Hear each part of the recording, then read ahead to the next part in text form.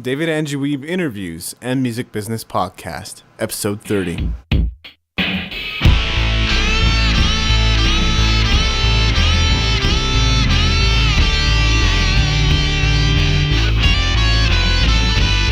Andrew Weeb Interviews and Music Business Podcast.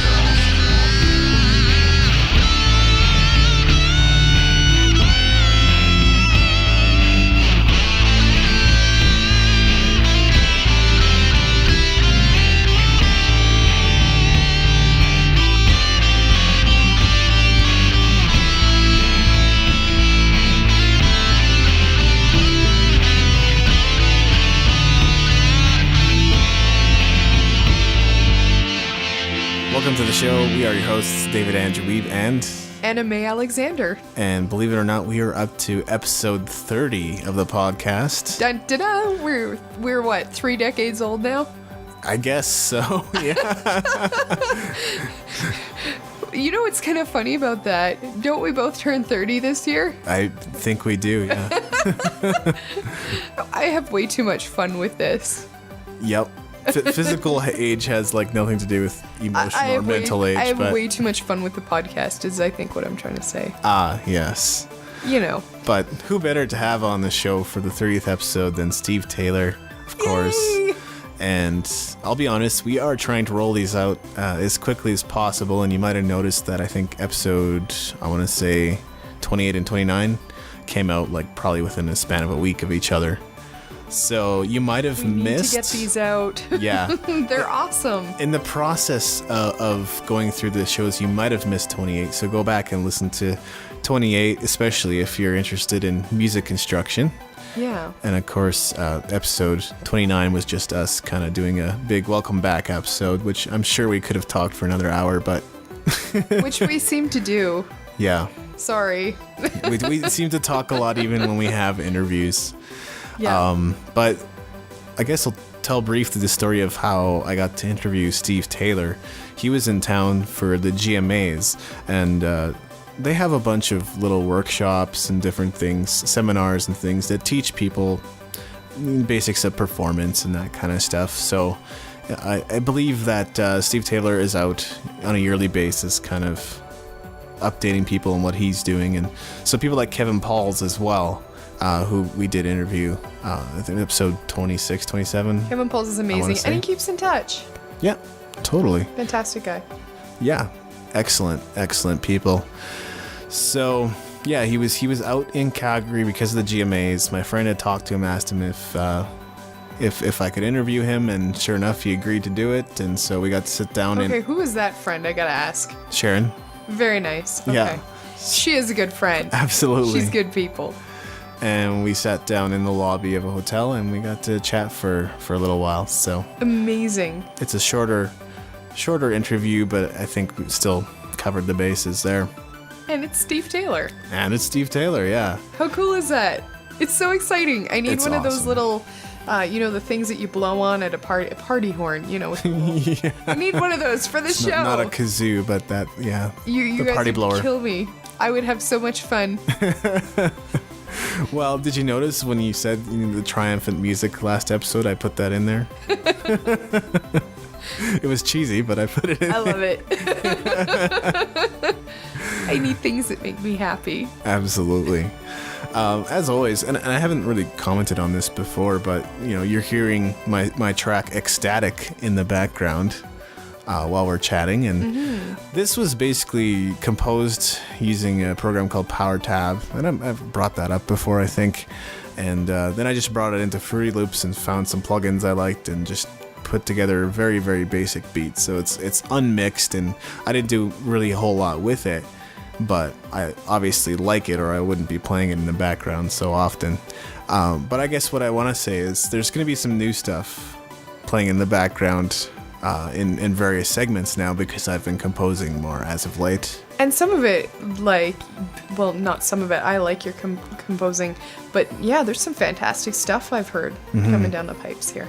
Yeah, I think there's going to be a lot more, and we're definitely looking at releasing a a CD at some point as well, probably digitally as well. So keep a lookout for that. But that's a little ways down the line. I've got 6 Degrees of Separation with Steve Taylor. Oh, okay. And you're gonna think I'm lying, but I worked in the U.S. Touring with a dinner theater. At the time, I was an actor. 2 of us showed up with technical experience. I'm more of a lighting designer, and she had more on the sound side, but had some concert lighting for a little band you might have heard of. And her name was Elizabeth Taylor. No word of a lie. Try getting Elizabeth Taylor paged in an airport when you can't find her. We picked up the receiver in Portland, Oregon to have Elizabeth Taylor paged. The lady hung up on me, I'm pretty sure 3 or 4 times, and I had to pretty much say, I swear to God, her name is Elizabeth Taylor, check the plane's manifest, please have her paged to carousel number 4. Right. Anyways, this little band that she's worked with that you might have heard of is the Newsboys. And she knows, I guess, their head lighting guy and got to work on the crew for them a few times traveling in the U.S. She tried to get me work with them up in Edmonton one year and for YC, and unfortunately it just didn't work out with my schedule and connecting with the gentleman. But yeah, so she's worked with them. She's a friend of mine, a dear friend. I love her to death. And so that's basically 3 degrees of separation. is that 3 or 4? I'm not quite sure what that works out to. Newsboys to Steve Taylor, who's the producer for the first 5 albums. Yeah, man. And of course, I guess on the subject of Newsboys, they've had a fair number of member changes over the year, and I believe Tate from DC Talks now. The lead singer. Yeah, I think he has been for a little while now. Really? So, yes. That's interesting. It's very, very interesting because those were 2 of the big bands when you think back to the, I want to say, early to mid 90s-ish. For Christian music. For Christian music, yeah. I mean, Newsboys, both Newsboys and DC Talk saw some mainstream success as well. That would be a whole other interesting podcast to do, is on the whole Christian music at the time, and something I've been saying, and it's slowly changing. You know, I mean, I started my first Christian album that was given to me. Everybody was given a Newsboys and DC Talk album. My very first one was Burlap to Cashmere. I don't know if you've heard of them. I don't think so. Really incredible. As Or a guitar maybe. player, you should listen to Burlap to Cashmere. They're really fantastic. Great lyrics. Almost a little Latin feel in the guitar there. But yeah, something that I've been saying for a long time is like the music was behind or almost too engineered, or something about it just wasn't fitting. And not to say that the music in the early 90s isn't over engineered. I mean, a lot of pop music was at the time. It just, something didn't quite mesh with culture at the time. There was a bit of a 10-year difference between maybe not even 10 years, but I'm going to say 3 to 10 year gap or delay in what Christian music was doing versus mainstream music. And it's something in a number of industries, and one of them is the Canadian film industry. We sit and go, oh, why aren't they picking up our films in the US? Like, I would like to mention a certain war movie produced in Alberta that everybody's like, it should get an Oscar. You watch it and you're going, dudes, that can't compete with anything coming out of the US. And there was a little bit of that going on with the Christian music industry. Everybody's like, why isn't it on the radio going mainstream? Why is it just on Shine FM? It's gotta up its game. It's gotta... I had, as a musician, you know, you listen to it because people would buy you all the Christian CDs, and, you know, for a while I was working for a mission organization, not allowed to listen to anything else, but then you're sitting there going, I don't want to listen to this. This isn't exciting. It's step up your game. Dated. And it's starting to happen. There is one band since about the 70s or 80s that has consistently been in the mainstream, has not actually, or has rarely appeared on Christian charts. Do you know who that is? Are you talking about U2? Yes. There was something interesting that happened with them, and it stemmed a whole controversy. And if you want to listen to something interesting, I really recommend you go do it. There's an album called In the Name of Love, and a bunch of Christian artists, I think DC Talk even did a neat little cover there, covered a bunch of U2. U2. Yeah. The interesting one that touched off some controversy was the Grits. I love the Grits. I like a bit of hip-hop. I'm not gonna lie. I like some good hip-hop. I've got friends who do hip-hop. I'm probably sounding way out by calling it that. I'm pretty square. I'm classical. Forgive me if I get my terms wrong. But the Grits did a song, and they covered one of the songs on the album, and everybody's like, oh, they didn't do it like U2. Well, one of the great things I love about covers, and something that a lot of people complain about, oh, it doesn't sound like the original when you go to the bar. I don't necessarily want to go to the bar and hear your band play it like the original. Sometimes I like to hear your own take on it. Yeah. Oh, God, what was her name there? Elise Roller, was it? Yeah. Who had done... Oh, God, what are they called? Pussycat Dolls. The Pussycat Dolls. Damn. Pussycat Dolls need to listen to her, and they need to maybe, crib some notes from her playbook. Because, oh my God, that was so good. But if you want to hear something... It was more dramatic. Yeah, if you want to hear something interesting, go hear the Grits track from In the Name of Love. It touched off controversy, and it's a great song. It's funny you should say that, because I was just thinking about this today, but there's basically two streams to the whole cover tune thing, right? There's on the one side, do it note for note. Now, there are some bands that do this exceptionally well, and should just keep doing what they're doing. Bands like Mr. Big, I guess. But then there's the other stream, of course, is where you reinterpret and come up with your own version, which is what I like a lot of the time. And one of the greatest examples, of course, is Jimi Hendrix Along the Watchtower. Mm-hmm. It was a Bob Dylan song. Yeah. And he took it and just... Man, there's no way we can go back now, you know what I mean? Yeah, and didn't Marilyn Manson get upset when Johnny Cash did Hurt? Or not Marilyn Manson, oh my God. God. Trent Reznor. Trent Reznor was upset, oh my gosh. I don't know, I've heard so much misinformation about this. Manson, I didn't think was interested in him doing Personal Jesus. Right. But Hurt, Hurt was the one where Trent Reznor went, no man, he did it better than me. Yeah. At first he was having some hesitation about anybody doing that song. But then when he heard Johnny Cash's version, he was like, okay, yeah, it's yours. I mean, forgive me, I was in tears the first time I heard it.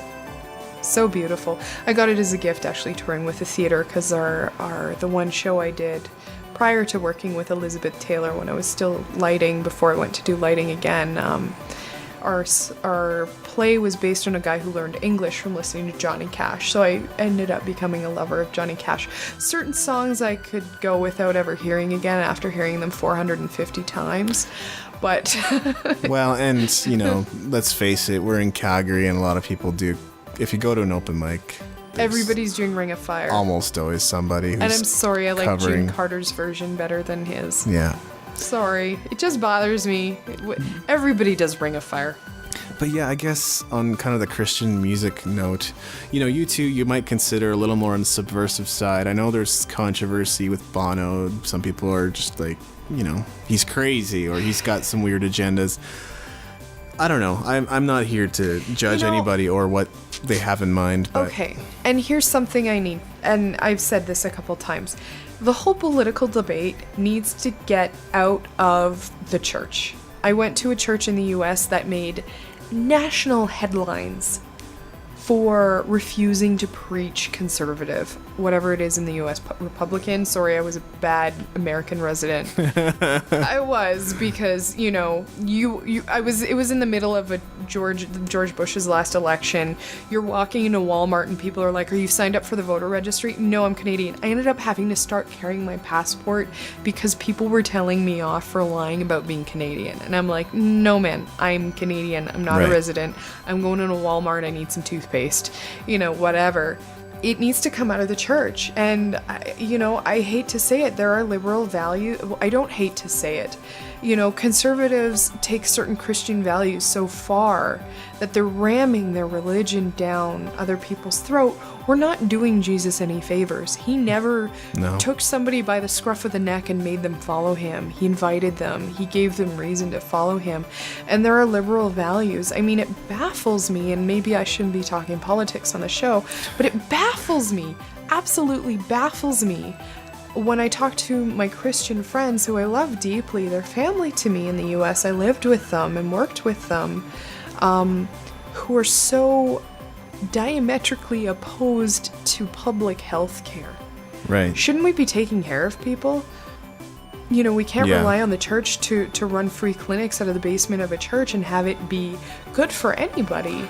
Well, hey, there's some terrific healing ministries out there, but we should be able to take care of ourselves before we have to depend upon miracles. We should, and we should be, you know, honest to God. In some ways, I think that medicine is a miracle. And, you know, I am studying holistic medicine. I do prefer that stream, but even with allopathic medicine, some of the technologies coming out to keep people alive, I really do feel that's a miracle. I really do feel God in many ways is in that. Yeah. You know, God is in a pacemaker, giving us more time with our loved ones. Right. You know, God is in the valves that I've got in my kidneys, keeping me from having to be on dialysis or steroids for having a kidney replacement.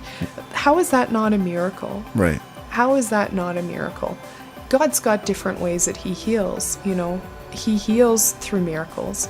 He sometimes heals through doctors. Sometimes he heals through time. And you know, medicine. as much as we don't like to think about it, God also sometimes heals through death.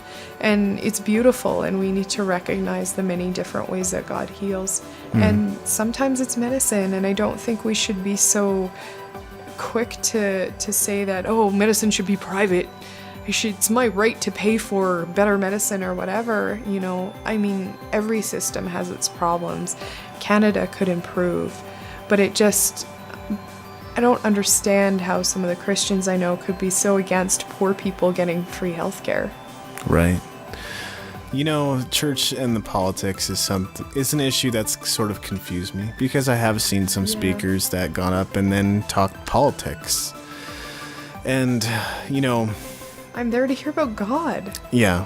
One of the most beautiful things I ever saw, and I'm so grateful for getting to have worked with Wycliffe, and Wycliffe's probably going, oh my gosh, that girl, because I've, you know, a little different than I used to be.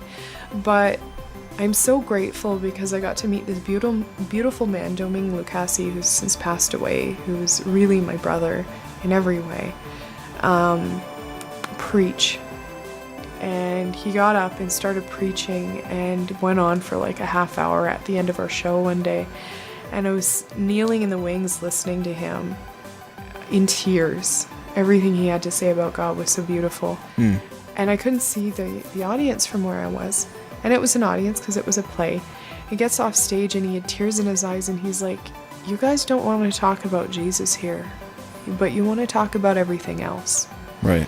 And it broke my heart, and it broke my heart when he said that nobody wanted to hear what he had to say anymore. I get that he's got an accent.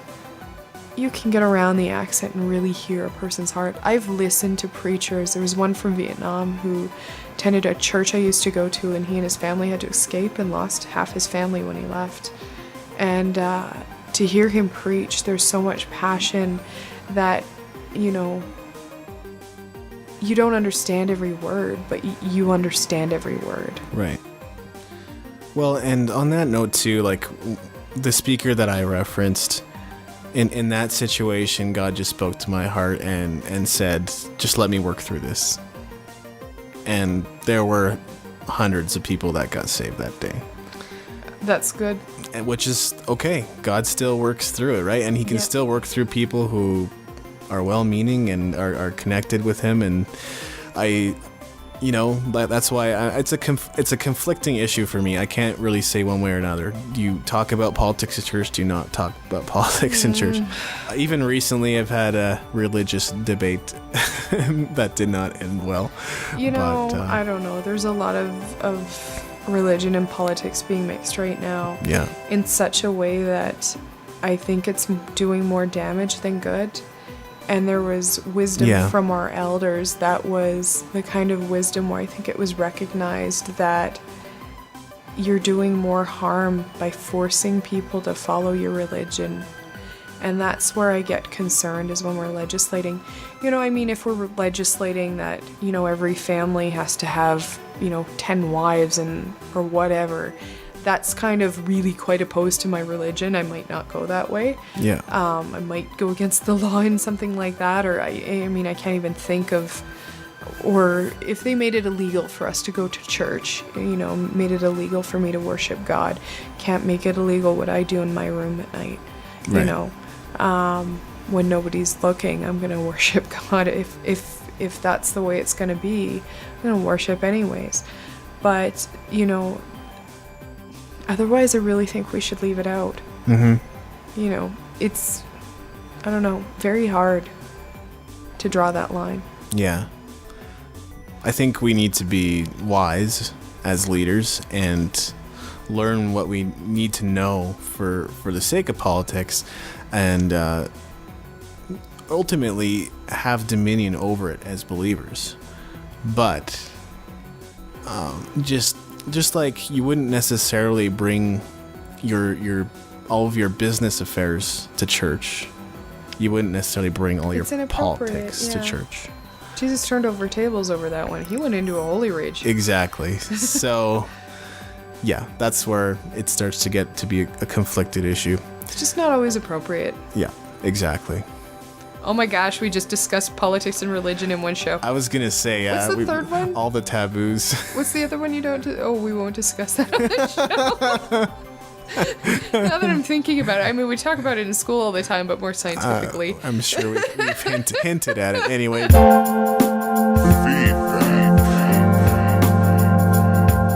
If you have any questions or comments regarding this podcast, send an email to comments@daw-music.com. But let's maybe get to our feedback. And do you want to read? This makes me so excited. Part of the message that we got? Because part of the message is because of something I said, because I'm a little passionate about different kinds of music. Hey, Dave and Anna, just listened to the Welcome Back episode. Well, halfway through the episode. Anna, what was the name of the symphonic metal band that you were mentioning? Something like Epica? Gotta agree with you. The metal coming out of Scandinavia is fantastic. I just discovered Nightwish, and I love the latest album/new singer. I took a listen to their old singer, who is much more classical sounding. Great to hear you guys back on the air. Looking forward to more shows, and thanks for the mention again, you guys. Cheers, Dave. David Chick? David Chick, yes. Sorry. Yeah, that gets me excited. I get happy easily. Yes, the name was Epica. Epica's fantastic. Yeah. Lead singer of them is Simone Simmons. Nightwish, the old singer is Tarja, and I just had to quickly here look up the new singer. Sorry, I'm not as good with names. It's Annette Olsen. And, I like both singers, but for different things. I might have said it on the last show, classical just kind of gets me, but the new singer has something else, more drama. There's drama in the classical. She's got a masterful hold on her color and her sound. It's incredible, her color. Whereas the other one, that classical sound, and there was quite the division in fans, and a lot of fans left Nightwish when Tarja was no longer a part of the band. So, yeah, there's people who are quite, for Annette and quite for Tarja. It's kind of interesting. Yeah. Very cool. Well, might have to check out some myself and hear a little. I did watch a little promotional video of theirs. Looked pretty cool. Yeah, they recently released an album. Oh goodness, I can't remember the name of it. It's very cool. Epica did, and really neat. Simone's got other female singers on the album as well. I haven't gotten a chance to listen to it. I am a starving student, so I haven't been able to purchase it yet. My fingers are itchy though. Yeah. Leaving the credit card in my wallet for now. Well, yeah, I'd just like to say thanks again to Dave Chick. And it's kind of cool that we're sort of an honorary part of the Home Recording Network, even though we're not really always talking about recording. Yeah. And, but I just want to, give a shout out to all those guys inside Home Recording, obviously with Dave Chick and all the other fantastic people that have been a part of that show. Absolutely. And of course, Home Recording Network. There's numerous other podcasts actually that you can go and learn more about home recording. Which is a really important skill for any band. I've learned lots. Yeah. And our band would not honestly have gotten as far as it has without your skills. yeah, without being able to do some recording and the media side of things. Cool. We're going to move on to Steve Taylor and leave the rest of our yakking to the closing segment. For sure. So enjoy the interview with Steve Taylor. Visit us online at www.daw-music.com/daw-podcast. And don't forget to spread the word. Tell your friends about this podcast.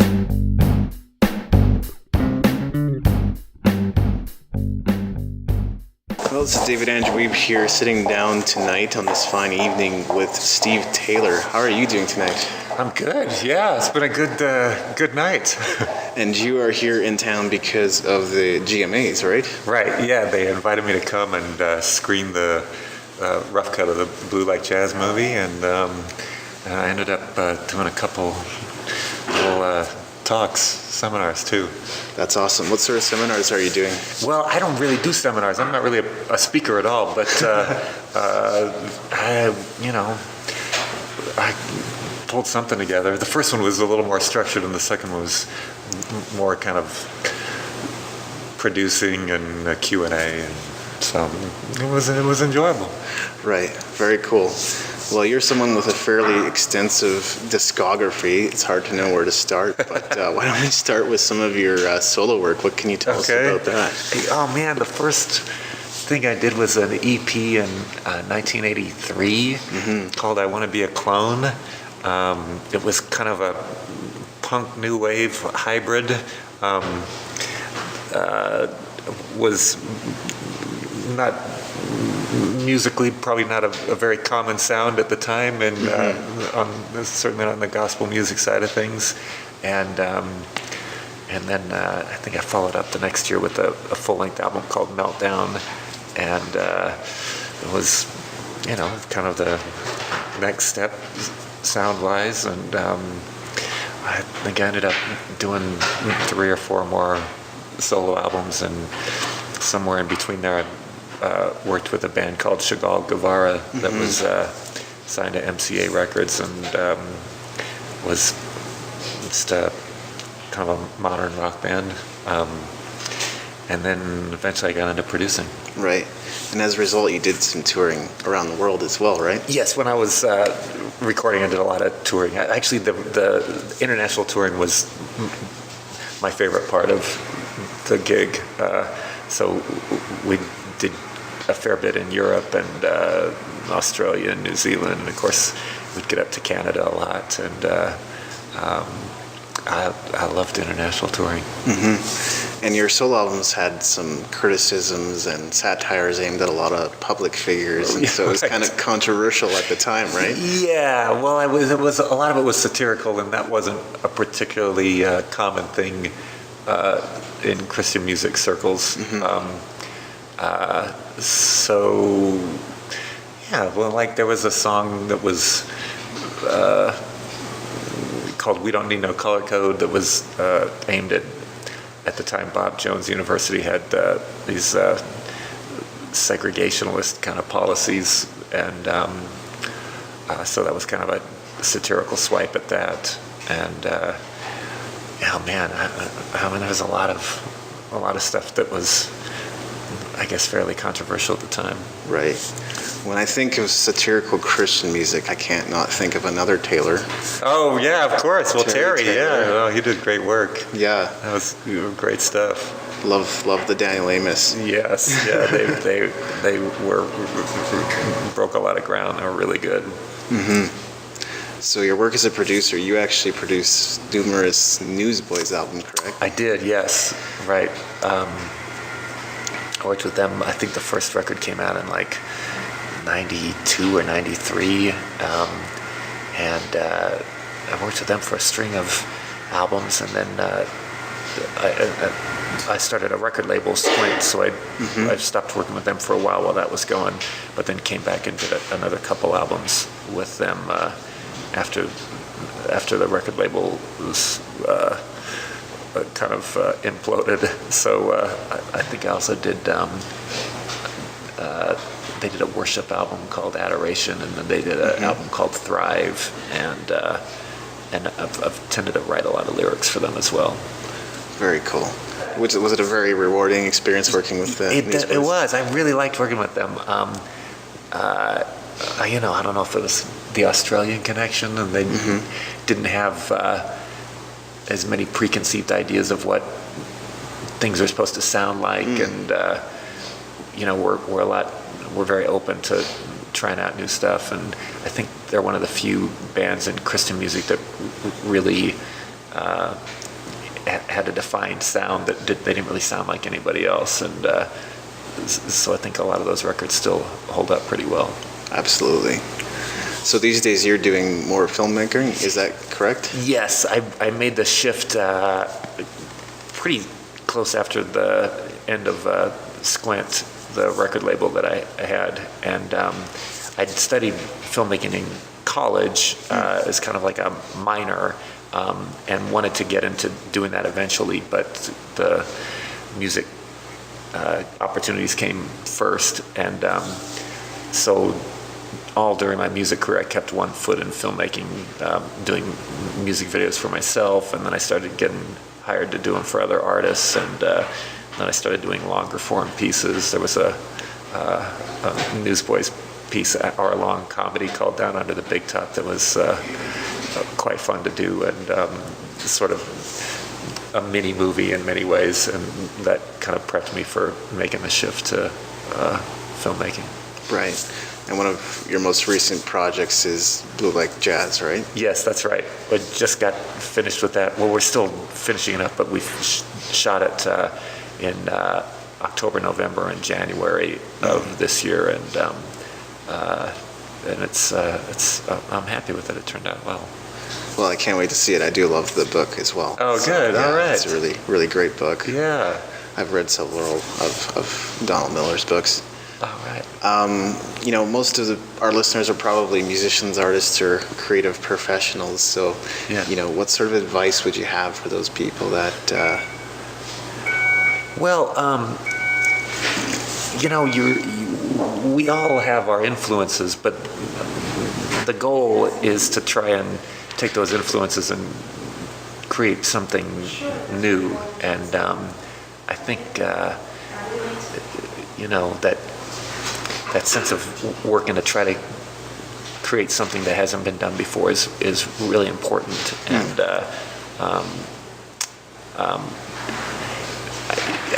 there's a good kind of creative dissatisfaction that helps drive us to try new things and,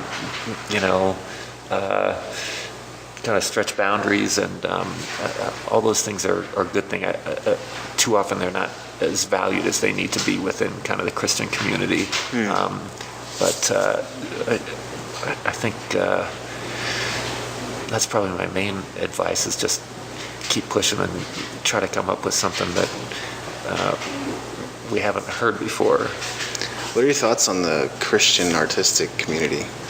Well, I mean, it's all affinity groups, I guess you could say, face a lot of the same issues, in that you could, make the same arguments with, I don't know, I'm trying to think of reggae music. You've got people who are kind of pushing the edge, and people who do more traditional things, and as they push the edge and shake things up, they get criticized by the community that's always supported reggae music, for example, and it's the same thing with the Christian music community. There's kind of the status quo, and that keeps changing, and people are always trying to turn things into formulas. Radio in particular is always trying to turn things into formulas, and it's an absurd idea. And as soon as we try to formalize something or decide this is what a hit song sounds like, something comes along and totally upends it all. And so it's important to keep pushing the envelope and not being satisfied with anything but the best we can do. The same way kind of grunge took over hair metal in the 90s. Yeah, exactly. Right. Yeah, these things, they all have an expiration date. And there was a point where hair metal, it's like, is this ever going to go away? And those hideous ballads that they came up with that were, clogging up the airwaves. And you're right, grunge came along, and in 6 months, those bands had turned into dinosaurs, Yeah, exactly. And it couldn't have happened soon enough, as far as I'm concerned. Speaking of which, the music industry has seen a lot of changes in the last couple of decades. Yes. I think it's fair to say that. So, what is your opinion of what's going on, and what do you see happening? Well, it's a great time to be making music because, number one, there's no wave to ride, and things are really in flux. And anytime, kind of an industry starts encountering, a sea change in the way things are done, creates new opportunities. And there's challenges as well, namely how do people who want to do this full-time make a living doing it. But I think there's probably never been a better time to be making music. The process has become very democratized. Anybody can record good sounding stuff with inexpensive equipment. True. But at the end of the day, it's all about, are you coming up with something new? Do you have something new to say? Or are you just rehashing what's already been done? And so I think it's a great time to be making music, and the kind of the old structures and power arrangements are crumbling as we speak, and good riddance to them all. Well, with popular music, we're sort of starting to see an interesting shift. We've seen bands like Bon Jovi move on over into the country industry, Right. and citing the fact that there is kind of a very supportive crowd who will buy CDs, come out to concerts. Right. How much legitimacy do you see in comments like that, and do you think it's fair to say that? Well, don't ask me about Bon Jovi. I would, I'd rather have someone pull my nails out than listen to Bon Jovi records. So. That's fair enough. Country music, I live in Nashville. I've never been a huge fan of country music, but the one thing I will give country music is it really values the craft of songwriting. And Nashville was very much a songwriter's town, so I think that's a good thing.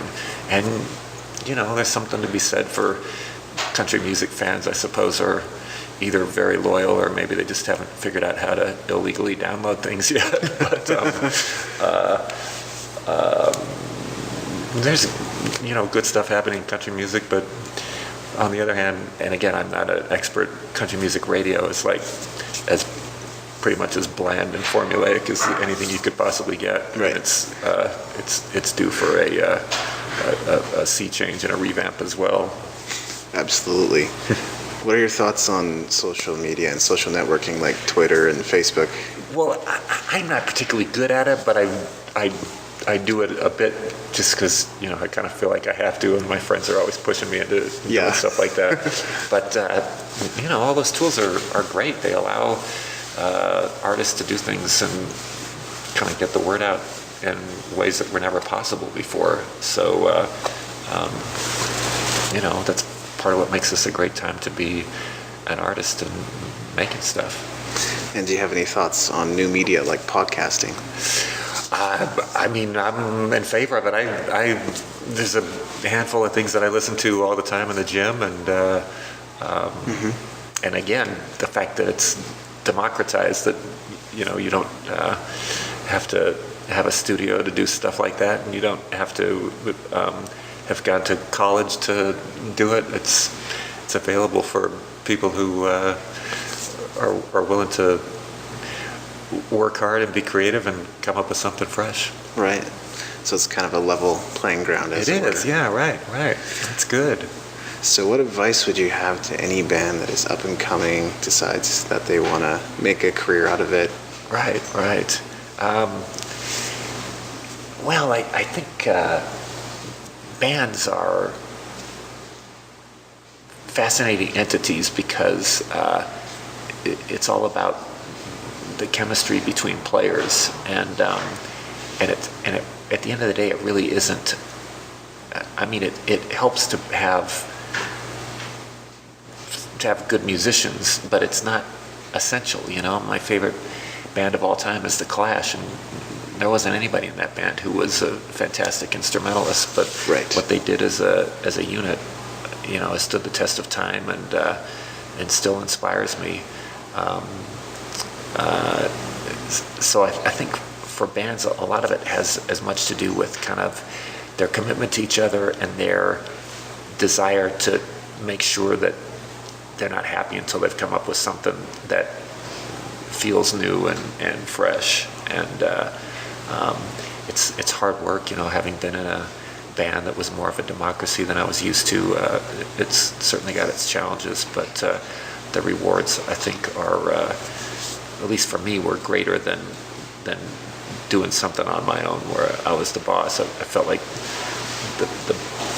the best of the work I did when I was in this band, Chagall Guevara, is still some of my favorite stuff to listen to, and invariably it's the contributions that the other guys made that I like the most.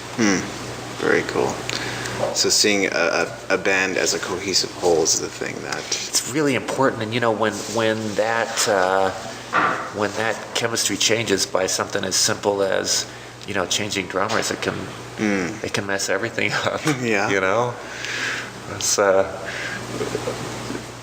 not a big Guns N' Roses fan, and never was, but when they changed drummers, they turned from, you know, kind of a interesting rock band to like a kind of a not interesting metal band, you know? And it was just with the change of drummers, and stuff like that happens all the time. And you know, whereas you'll see bands that stick together and keep working at it, and may not have the greatest kind of raw talent, end up doing really memorable stuff just because they stuck it out and held each other to high standards, and you know, weren't easily satisfied. Talk about some of the other musicians you've had to either have the chance to tour with or collaborate with. Right, yeah. Well, Sixpence None the Richer was a really enjoyable collaboration, producing their record. That was a little bit different for me in that I typically would work with bands that maybe hadn't made a lot of great music in the past, but were ready to take a next step. And with Sixpence, they'd already made 2 really fine albums, so I was a lot more nervous going into that one, since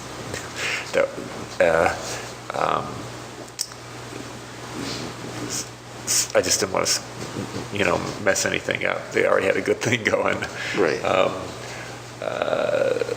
I worked with the band Guardian that we talked about, kind of the death of hair metal and the beginning of grunge, and they were kind of living that experience where they had come out of the kind of Southern California hair metal scene, and they were ready to make a change into a more kind of serious rock band, and I really enjoyed working with them on that, and you know, trying to find their kind of voice and help them kind of reinvent themselves as something more of a modern rock band after the death of the style of music they were doing. I've done some one-offs with bands like Reliant K that was really fun. Yeah, you know, you when the opportunity comes, you try to figure out what the DNA of that band is and make the most of it. Right. Now, perhaps for someone who's new to recording and the process, what exactly is the role of a producer, or what sort of role did you personally play as a producer? Well, producers, you know, the role can vary, but as much as anything, you're kind of like you're being hired for your taste. And whether it's helping the band find the best songs they can make, or they can write, or pushing them further and further to keep pursuing, bring me another couple songs, or let's keep working this until it's something magic happens. You're just kind of there to bring out the best in a band, and in some ways kind of be a curator of their talent, I guess. Right.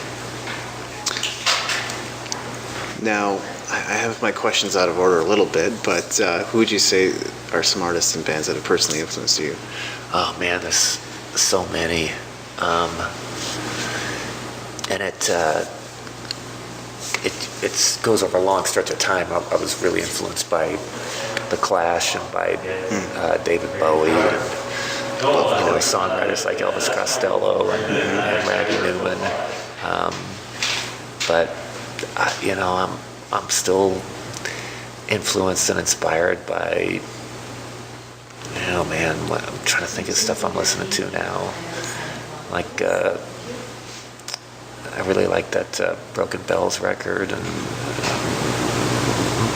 love all the Arcade Fire stuff. I hate to, it always seems kind of boring when I start listening to stuff I like. I try as much as possible to, keep up on some level with new music. I'm not particularly nostalgic, and so I don't particularly like listening to classic rock radio or anything like that. Every once in a while I'll dip back into that stuff, but I'm much more interested in what's being done now. And no old-time easy listening. Yeah, right. No, that's right. None of that. Cool. We could probably talk all night, but I know it's getting pretty late, so is there any questions that I should have asked you? Oh, man. I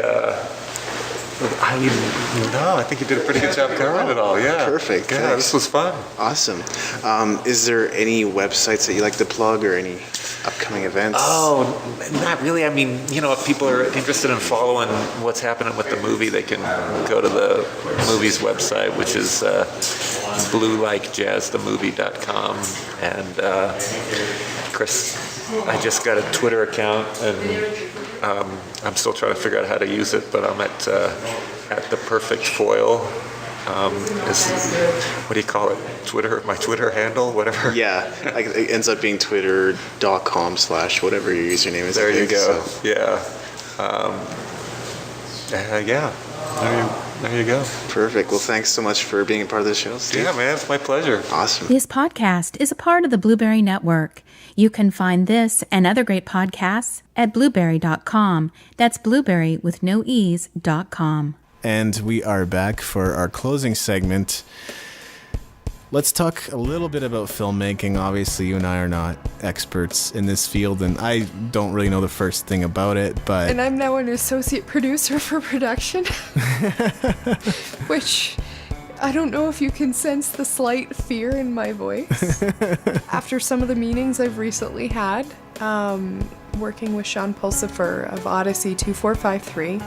Originally, I was cast in the production, but I'm a networker. It's what I do. It's one of my big skills. I like getting people in a room who would benefit each other. Right. I enjoy it. And he went, "You're really good at this. Can you come on board as a producer?" And I said, "Maybe assistant producer. I don't think I'm skilled enough to produce." And here I am. I'm part of cast and crew for a new TV series that's going to start out as a film. Right. And a little freaked out by that. You're going to get the chance to gain a little bit of experience in that field. Yeah. And they did approach me about perhaps working with me to do the opening theme song. Yeah, and I think that's still on the table. Yeah, so I'm going to be working on that as well. And excited for that opportunity, definitely. Yeah, space. Yeah, well, I think between Patrick and I, we can probably come up with some cool sounding stuff. Hey, I will be happy to lend a hand on that. If you are interested, I don't know if our site is exactly up yet. www.odyssey2453.com. Please check it out. What were you going to say there about filmmaking, though? Well, I guess, Steve Taylor started as a musician, right? And then worked on producing albums and now is making films. And I believe he did the new Blue Like Jazz film. Oh, really? Yeah, which is the interesting part. Okay, so the church that I went to in the U.S. was Imago Dei in Portland. Yeah. And when I first started going, it wasn't all that big. By the time my one tour had ended, because I was only in Portland ever for 4 to 6 weeks at a time, then I was on tour for 3 or 4 months, then in Canada for a month, and then back down. So I never really got a lot of time. Yeah. But yeah, love the book, love Blue Lake Jazz. Oh, Really cool. love Don Miller, great speaker. Really cool book. Yeah, Rick was a great pastor as well. I'm blanking on his last name, Pastor Rick. What an amazing place to go to church. What an amazing community, and I love that we're encouraged to community, encouraged to live together and be in each other's lives. Yeah, it sounds like a really cool community. But I guess what I want to say is, Sorry. No, it's okay. Me and the tangent. What I would sort of want to pose this question to myself and to you and to our listeners as well is kind of what do you think about that almost lateral shift from one art to the other? Obviously there's going to be some skills that transfer over well, but what are your thoughts on that? Okay. I was reading an interview with, what was the girl who won the first American Idol? Kelly Clarkson, was it? Clarkson, Is that probably. her name? She might have been the second or third winner. Maybe. I was reading an article the other day, and the interviewer's like, okay, what's up with the country album? Like, I guess she recorded a country album. We've She's like, talked a lot about this too. Have we talked about this? Well, I talked to Kevin Pauls about this. Oh, did you? Okay, I'm sorry. I missed this. It's okay. But what she said is, I get bored doing the same thing. What I'm trying to say is we're artists. Right. If we're always doing just one thing, there's been some prolific geniuses who can just produce and Yeah. never exhaust that one pool. But yourself, you're a painter as well, and you sketch. True. You do painting and sketching. I dance. I'm a mediocre actor. There's these other arts that are still within us. I wish I could paint and draw, because there's so much more that could come out of me. I think gaining new skills in another area just allows us to grow as artists. Right. Do I consider it bad? No, I mean, there's obviously been some bad acting come out of a few singers. I hope not to repeat that. But, there's obviously been some poor crossovers. But why not expand as an artist? I guess that's my question. Right. Why not? I guess you're a little bit why. I'm a little bit more why not? Why not grow as a human being? Totally. And just to clarify what I was talking about with the country thing,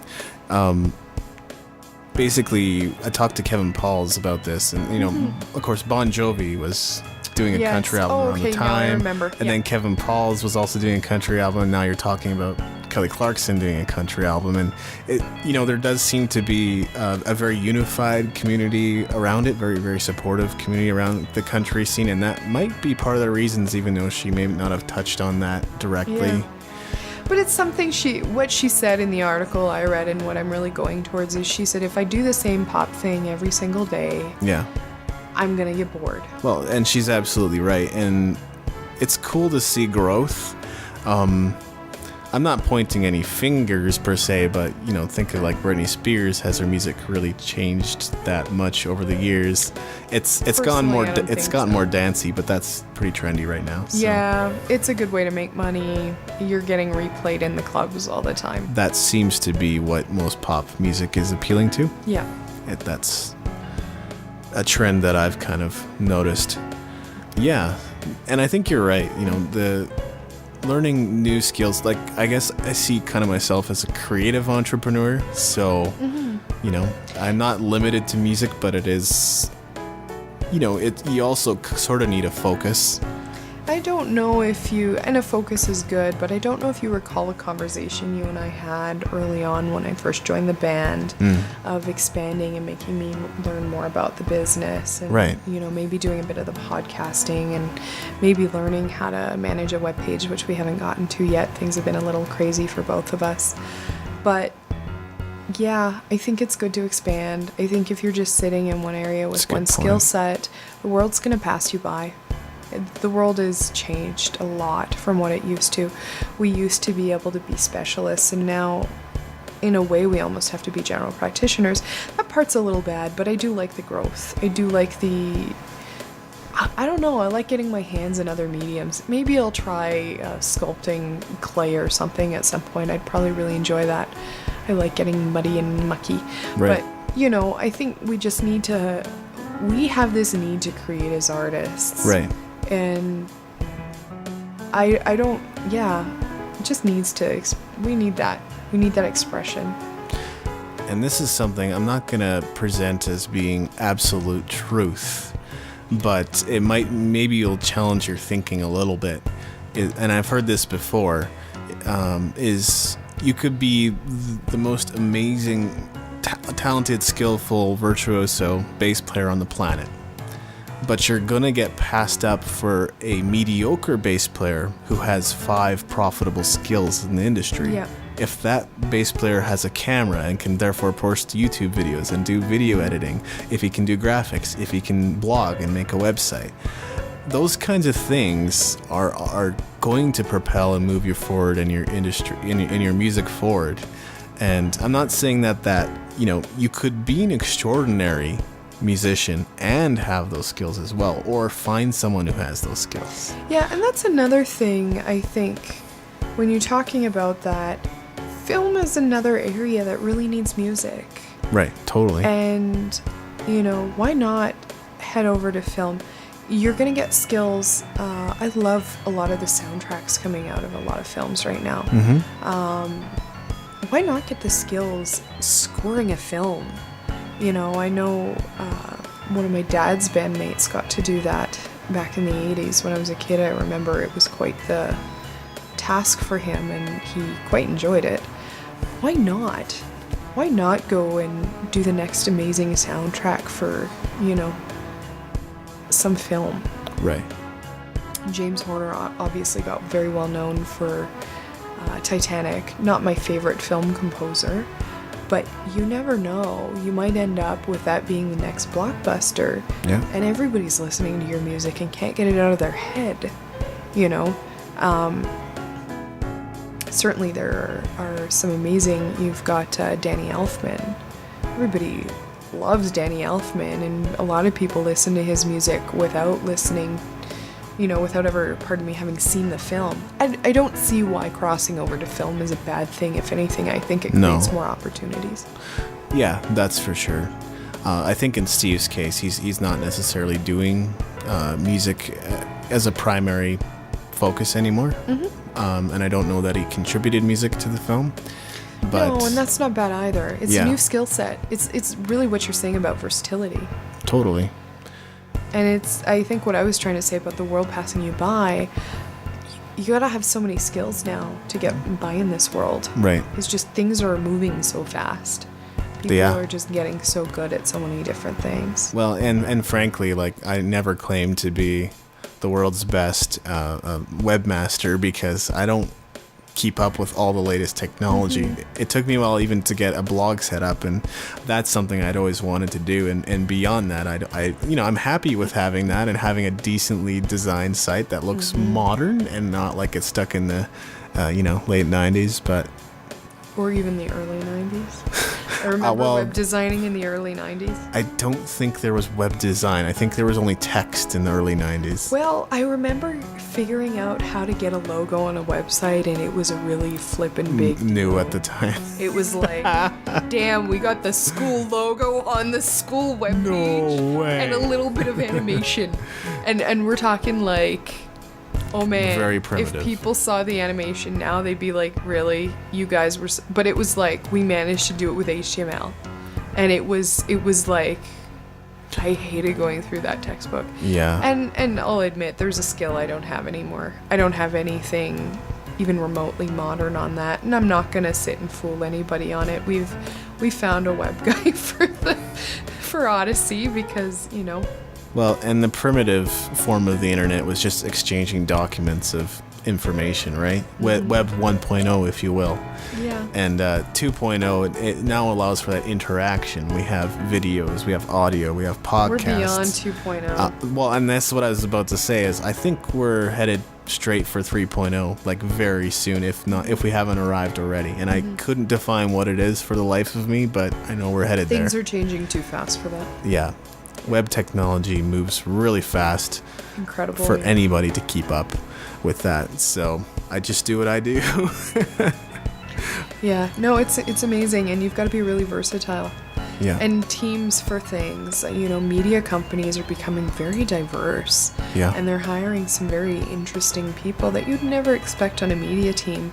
And it just has to be that way to stay competitive. Yeah. Absolutely. Any other thoughts about filmmaking? I just got schooled in CG. Brief overview of it. I don't think most people, and I think being a lighting designer, or I thought, why don't I say I thought, that I had a little more appreciation for the technical side of things. I'd say for a live show I've got better appreciation. I thought I had an appreciation. I thought I had a rough idea, the kind of work, the incredible kind of work that went into that. I have no flipping clue what I'm doing. It's very in-depth subject. I now understand why there's two different directors on a show. There's the technical, not really technical director, the special effects director. That's what it's called. See, I'm learning slowly. Can teach me new tricks. I just call myself, damn. Batting 1,000 over here. But it's some of it's a little overwhelming. I'm not gonna lie. You know, when someone sits you down and goes, you're gonna need this kind of a modeler, a 3D modeler to model like your ship, and then this person specifically just does the space going by, and this person does somebody shooting somebody, and this person does somebody morphing into something else, and I thought CG was one team. I didn't realize that you might need to send it out to 5 different teams. Oh yeah. The same, you know, I've seen a little bit of the behind the scenes thing. They don't really give you an idea of how many different teams. You might be sending it to Japan and then over to Vancouver and then down to California for the same scene. Yeah. Until they've got things figured out. I'm not going to say more efficiently, but you know, It's pretty efficient what they can do. when technology considering. catches up with a skill set. Let me put it that way. Yeah, it's pretty efficient considering like they've got ways of directly transferring this incredible amount of data across the ocean without having to send a hard drive via UPS. Well, that's also the cool thing with recording these days. You could literally send something off to anybody, and if they're willing to work on it. Yeah, that's the neat thing. I mean, you and I were at one point, we're going, hey, I wonder if we could get my dad to play on something that I sang. That would be neat. Totally. And he's on the other side of the country. And if we had a way, I'm sure he'd go into the studio. He loves playing. All he needs is a laptop, a preamp, and keyboard, I guess, right? We'll have to find him someone. Okay. My dad's he's not as tech savvy as my mom, because my mom's actually got a certificate in that. Fair enough. But not recording, but in some technical things. But I might not let my dad do that one. Right. I might get someone who knows what they're doing. I love my dad dearly, and he's fantastic. Let's keep to our skill set. Let's know our limits here. But Definitely. yeah, I'm learning a lot. Marketing is something that I seem to be catching a little more. We're very new, some of us, to this concept, and some people are less new. It's really neat. We're working with a military advisor. I'm going to be going through a bit of a boot camp this summer. God help me. Please pray for me. Please pray for me. I'm a little nervous on that one. It's kind of interesting. It'll be neat to see, and you just don't think of the different kind of people involved. We've got makeup artists designing neat things, drawings being done by different kinds of concept artists, t-shirts being made. We're going to be at the Comic-Con. Yes. April 27th through 29th. Look for the Odyssey booth if you're in town. We'd love to talk to you. You'll notice our people with our little t-shirt. It says One Destiny, Two Galaxies, Odyssey. Come talk to us. We're excited to jump into this. We're looking for investors. It's really fantastic. It's really well written. I mean, that's something you commented on yourself, is the amount of background work. Totally. There's 10 years worth of the series sitting there ready It's amazing. to go. Just incredible, the level of detail. And it's great having a creator who's done that, because I can sit there as an actor and go, so my character, did she grow up kind of isolated? Like, how did this work? How did her parents do this? Was she shunned by society? And those are questions you can't really ask sometimes when you've got a team of writers sitting off in the corner. I have access to the creator. Yes. It's fantastic. And we all Does do. And we make a can all sit and go, so what happened when my character went through this? Oh, well, and the information pours out of his brain. He knows. He knows these characters. And it's beautiful. It's really beautiful. It's also a Christian series for anybody who's interested. It's not overtly Christian, and it's one of those things where I feel it's really stepped it up, because a bunch of the actors went, oh, there's a spiritual component to this? Yeah. But when you're reading the stories, it's really great. It kind of a little bit reminds me of Dark Angel. I don't know if they ever went for that with Dark Angel, but I don't know how many times I've watched Dark Angel and seen Jesus. And I'm hoping people will see that. It's not in your face, smack you around kind of Jesus. It's really cool. A lot of the great movies and stories have borrowed from the Gospels, right? Yeah. Yeah, and Sean's doing a very good job of that. I'm very excited to be working with with a mind like his. Yeah. I guess a couple of things I want to touch on real quick. We've probably talked enough, but on a personal level, one is newspapers. And they're pretty persistent at calling these days. I don't know about you, but I'm on a cell phone. It's unlisted. that's a good thing. I on my home phone, it seems like it's nothing but surveys and newspapers and various. I'm thinking about disconnecting it because it's just another expense. And if they call and you tell them they have to take you off the list in Canada, and here's a consumer but thing. then you wind up on 10 other lists. With CRTC, no, they're actually really not allowed to do that either. That's freedom of information. Well, that's good. But If sometimes I'm not telling you to go sign up on the online thing, but if you tell them to take you off the list, write it down, because if they call you again, the fines are ridiculous. It's something like $10,000 every time they call the wrong house. I saw some insane number. That's probably the wrong number entirely, but it's crazy the number of fines they'll get if they call you again within 2 years. and I don't know, I've touched on this before, but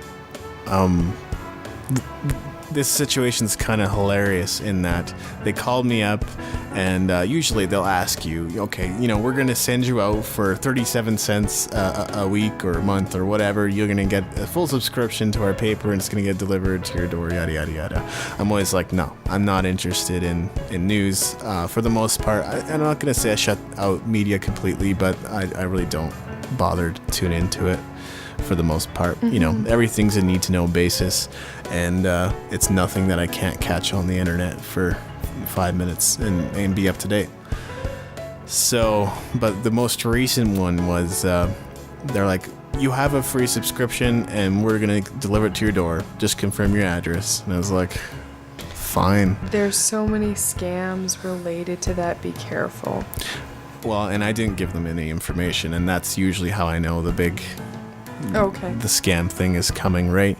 So yeah, but I don't know where these newspaper companies get off thinking that, we need to get it to people's doors. Even if they're not going to read it, they think that's somehow going to increase their readership, get business moving again. I think it's completely the wrong strategy. Most things have moved online, and news may be a business of sorts, but and it might keep a few people employed, even people that are running paper routes. And I'm not saying that's a bad thing, but we could maybe find something more productive for people to do, and don't waste Earth's precious resources on me, because I'm not going to read it. Honestly, and perhaps this is a little of what I was saying about telemarketers. I would have said, don't deliver it. You don't have permission to deliver your newspaper to my door. Right. If I see it, it's going in the garbage. Or if I'm really being difficult, I'll tell them I'll burn it. Right. Leave the ashes on the door for your guy for the next time. I hate companies who use those kind of tactics. Yeah. So Drives me batty.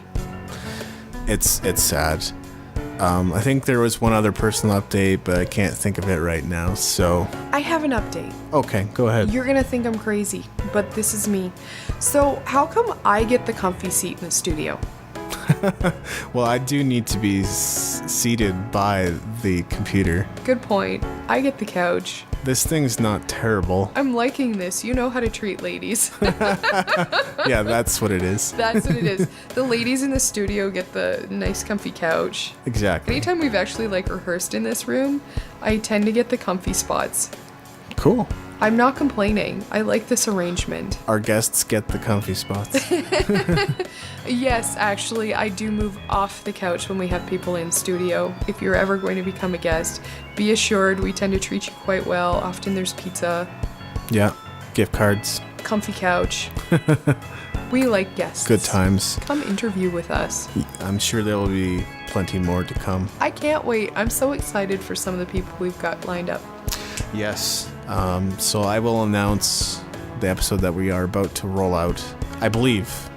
I'm trying to do it in order, but I believe the next one is Dave Chick. So, of course, we've talked about the fact that I did an interview with him, and you've heard about me talk about being on IHR and all that. So finally, we get to return the favor and have him on the show.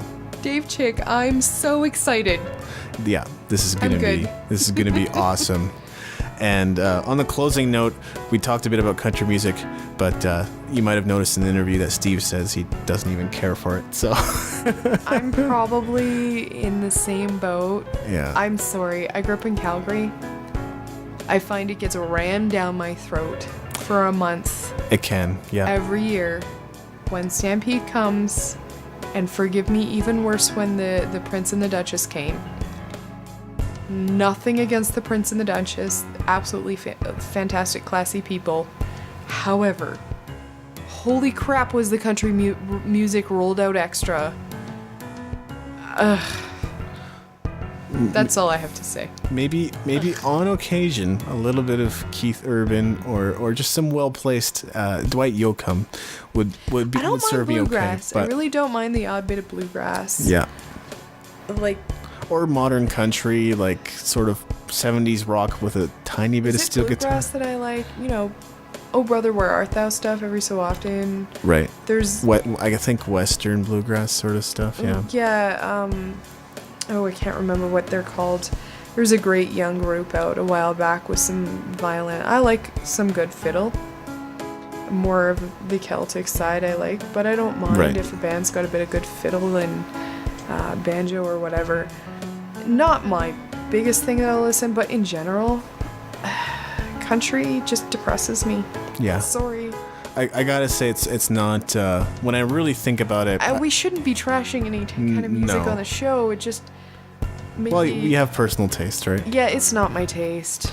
It's just not my taste. When I really think about it, I don't really listen to it on a daily basis either. So, Granted, I mean, I'm saying country music depresses me, and I have my emo bands that I like. Do I get more versatile? I did have a woman who runs a radio station in California who went through my CD case one time, and she went, "Wow, this is one of the most diverse CD collections I've ever seen." cool.